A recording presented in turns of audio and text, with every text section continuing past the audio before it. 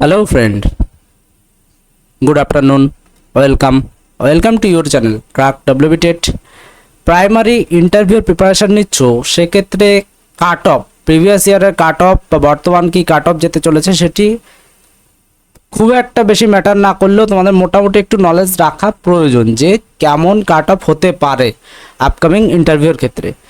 তো আমি বলবো যে কাট অফ যাই আসুক না কেন, ভ্যাকান্সি যাই আসুক না কেন, অবশ্যই ভ্যাকান্সি কম, এটি তো যাদের একাডেমিক কম তাদের জন্য একটি খারাপ খবর তো অবশ্যই। তো তোমাদের এই মুহূর্তে তোমাদের হাতে যেটি করার আছে সেটি হচ্ছে ভালো করে প্রিপারেশন নেওয়া, ইন্টারভিউতে 8 থেকে 9 টার্গেট করা বা তার প্লাস।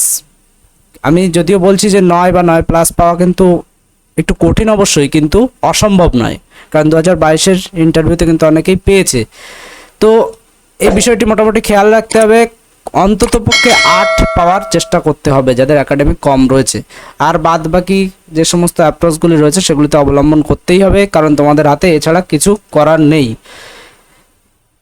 আর যদি ভ্যাকান্সি বাড়ে বা বিভিন্ন আন্দোলনের মাধ্যমে যদি ভ্যাকান্সি বাড়ানো সম্ভব হয় তাহলে অবশ্যই সেটি তোমাদের জন্য ভালো খবর। আমরাও চাই যে ভ্যাকান্সি বাড়ুক এবং সবাই সুযোগ পাও।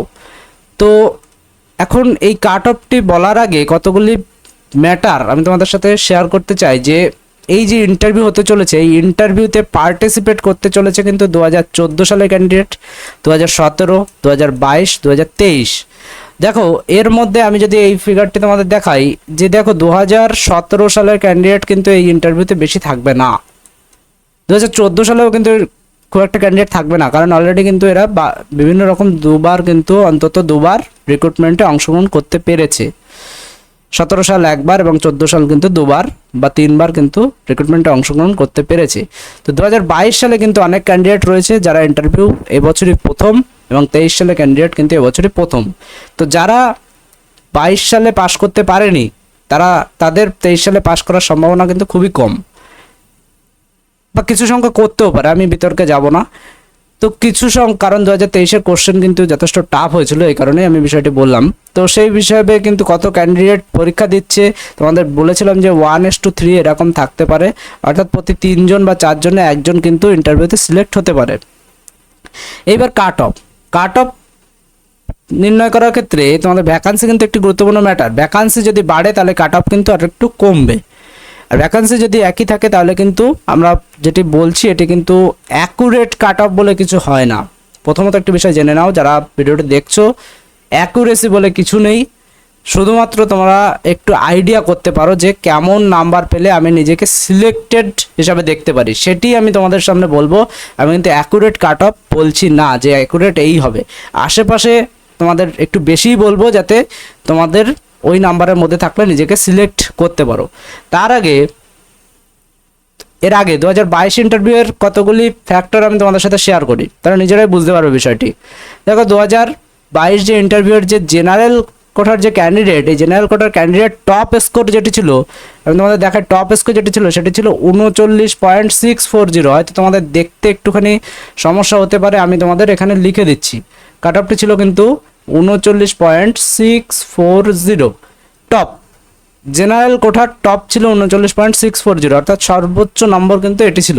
এবং আমি যে কটি কথা বলবো সবই কিন্তু নন এক্সামটেড কোটার জন্য, কিন্তু আমি সব আলোচনাগুলো এখন দেখাচ্ছি নন এক্সামটেড কোটার জন্য। দুটো বিষয় আগে ক্লিয়ার করে নিলাম।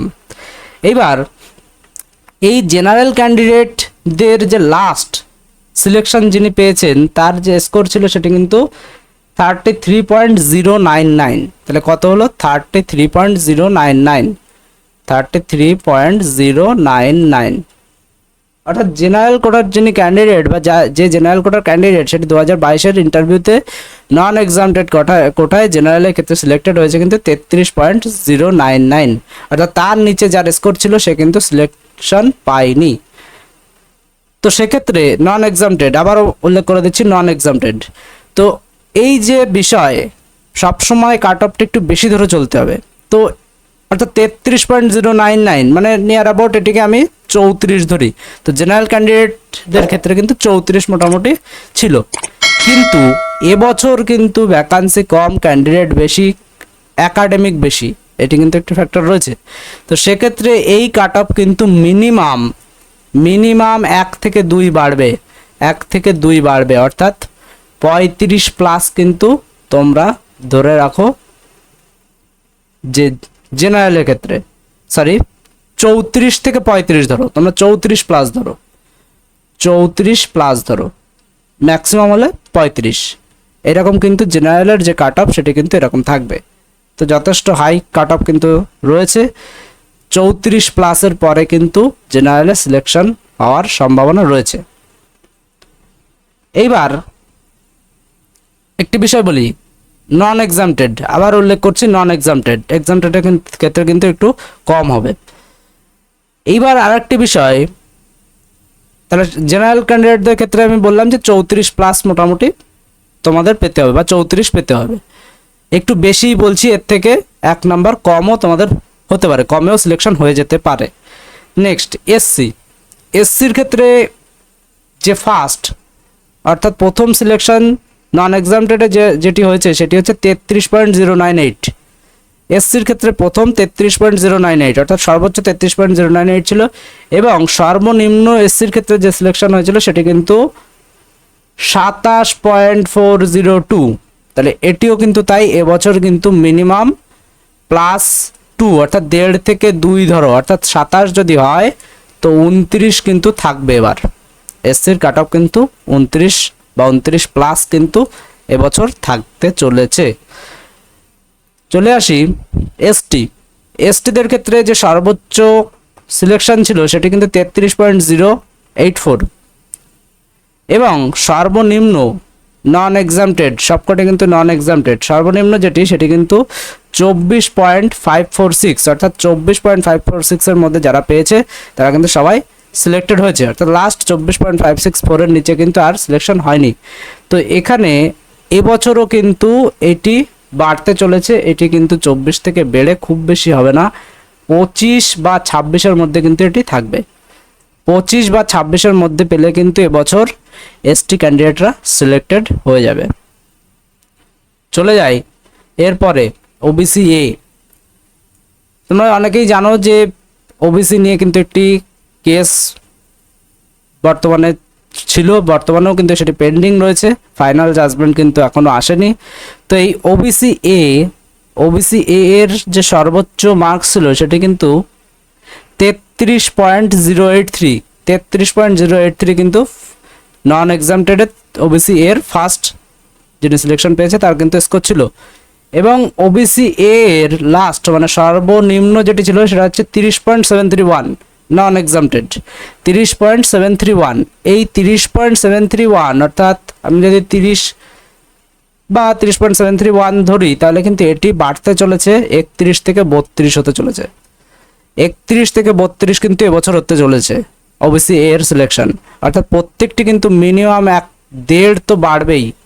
এবার এটি কিন্তু 1 থেকে 2 এর মধ্যে ঘোরাফেরা করবে, মোটামুটি তোমরা ধরে রাখো, আমি সবসময় বলছি একটু বেশিই ধরে রাখতে, 32 ধরে রাখো, 32কে টার্গেট করে চলো, তাহলে কিন্তু সিলেকশন পাক্কা।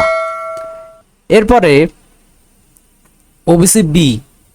ওবিসি বি এর ক্ষেত্রে যে ফার্স্ট যিনি সিলেকশন হয়েছে তার স্কোর ছিল 33.098, এবং লাস্ট অর্থাৎ সর্বনিম্ন যেটি নেমেছিল নন এক্সামটেড সেটি ছিল কিন্তু 32.110 নন এক্সামটেড, 32.110। এই ওবিসি এর ক্ষেত্রে, ওবিসি বি এর ক্ষেত্রে কিন্তু যথেষ্ট কম্পিটিশন টাফ হতে চলেছে। এই 32.110 এটি কিন্তু মিনিমাম এবার 33 থেকে 34 থাকবে, 33 থেকে 34 থাকবে, 34 তোমাদের ধরে নিয়ে এগোতে হবে, তার বেশি তো, যেমন এখানে যেমন ছিল 33.098 সর্বোচ্চ ছিল, এবছর কিন্তু এটাও বাড়বে, অর্থাৎ 32.110 থেকে কিন্তু এবছর 33 থেকে 34-এর মধ্যে হলে সিলেকশন হতে পারে, 34 ধরে নিয়ে কিন্তু তোমরা এগোও। তো মোটামুটি তোমাদের বলে দিলাম যে ওবিসি এর ক্ষেত্রে কত, ওবিসি বির ক্ষেত্রে কত, মোটামুটি একটি ধারণা তোমাদের আমি দিলাম। অ্যাকুরেসি বলে কিছু হয় না, অ্যাকুরেসি বলে কিছু হবে না, তো মোটামুটি একটি ধারণা দেওয়ার চেষ্টা করলাম যে কত হতে পারে।